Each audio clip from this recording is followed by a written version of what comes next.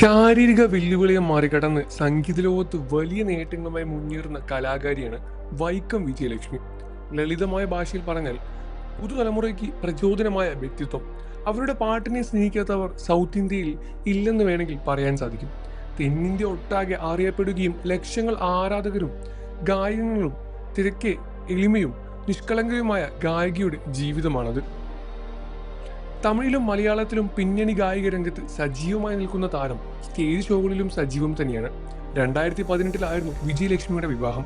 Mimicry കലാകാരനായ അനൂപാണ് താരത്തെ വിവാഹം ചെയ്തത്. ഇന്റീരിയർ ഡിസൈൻ കോൺട്രാക്ടർ കൂടിയാണ് അനൂപിന്. രണ്ടുപേരും കലാരംഗത്ത് പ്രവർത്തിക്കുന്നതിൽ പരസ്പരം പിന്തുണ നൽകി ജീവിതം മുന്നോട്ട് നയിക്കണമെന്ന പ്രതീക്ഷയോടെയാണ് വിജയലക്ഷ്മി വിവാഹത്തിന് സമ്മതിച്ചത്. ശേഷമുള്ള ആദ്യത്തെ ഒരു മാസം ദാമ്പത്യം സുഖകരമായിരുന്നുവെങ്കിലും പിന്നീട് അങ്ങോട്ട് ഒറ്റപ്പെടുത്തലും കുറ്റപ്പെടുത്തലും അവഗണനയും അനുഭവങ്ങളും തുടങ്ങിക്കഴിഞ്ഞു. ശേഷം താരം വിവാഹമോചനം നേടി. ഇപ്പോൾ ഇതാ ദാമ്പത്യ ജീവിതത്തിൽ താൻ അനുഭവിച്ച കാര്യങ്ങൾ വെളിപ്പെടുത്തിയിരിക്കുകയാണ് വൈക്കം വിജയലക്ഷ്മി. അഡ്ജസ്റ്റ് ചെയ്യാൻ പരമാവധി ശ്രമിച്ചുവെന്ന് ഗായിക പറഞ്ഞു. ചുള്ളിക്കാട് നുള്ളിക്കാട് തല്ലിക്കൊണ്ട് തള്ളയെ എന്നൊരു പഴഞ്ചൊല്ലി മലയാളത്തിലുണ്ട്. അതുപോലെ എന്നെയും പാട്ടിനെയും അംഗീകരിക്കാൻ താല്പര്യമില്ലാത്തവരോട് ഞാൻ എന്താണ് ചെയ്യേണ്ടത്? വിവാഹമോചനം എന്ന തീരുമാനത്തിലേക്ക് ഞാൻ എത്തിയപ്പോഴേക്കും അച്ഛൻ്റെയും അമ്മയുടെയും എല്ലാം ചർച്ച ചെയ്തിരുന്നു. ഡൈവോഴ്സ് ചെയ്യാൻ എളുപ്പമാണ്, പക്ഷെ കുടുംബജീവിതമാണ്, അല്പം അഡ്ജസ്റ്റ് വേണം എന്നൊക്കെ അവർ പറഞ്ഞു. ഒരുമിച്ച് മുന്നോട്ട് പോകാൻ മാക്സിമം അഡ്ജസ്റ്റ് ചെയ്ത് എൻ്റെ ഭാഗത്ത് നിന്ന് ഞാൻ ചെയ്തിരുന്നു. എന്നിട്ടും ഒത്തുപോകാൻ കഴിയില്ലായിരുന്നു. എന്നാൽ നീ ആലോചിച്ച് തീരുമാനമെടുക്കൂ എന്നാണ് മാതാപിതാക്കളും എന്നോട് പറഞ്ഞത്.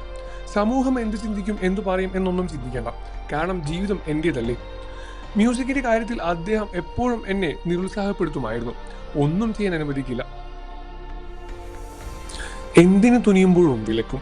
അച്ഛൻ്റെയും അമ്മയുടെയും അടുപ്പിക്കില്ലായിരുന്നു, ഒഴിവാക്കാൻ പറയുമായിരുന്നു. അത് ഞാൻ അനുവദിച്ചില്ല. എൻ്റെ ഫെയിമിനോടുള്ള ഈഗോയാണെന്ന് തോന്നിയിട്ടുണ്ട്. വിവാഹം കഴിഞ്ഞ് ആദ്യത്തെ ഒരു മാസം ദാമ്പത്യം സുഖകരമായിരുന്നു. പിന്നീട് കാര്യങ്ങൾ മാറി തുടങ്ങിയത് എന്ത് ചെയ്താലും കുറ്റമായിരുന്നു. ഞാൻ പൂജാമുറിയിൽ കയറുന്നത് പോലും ഇഷ്ടമായിരുന്നില്ല. ആവശ്യമില്ലാതെ ദേഷ്യപ്പെടുന്നത് പതിവായി.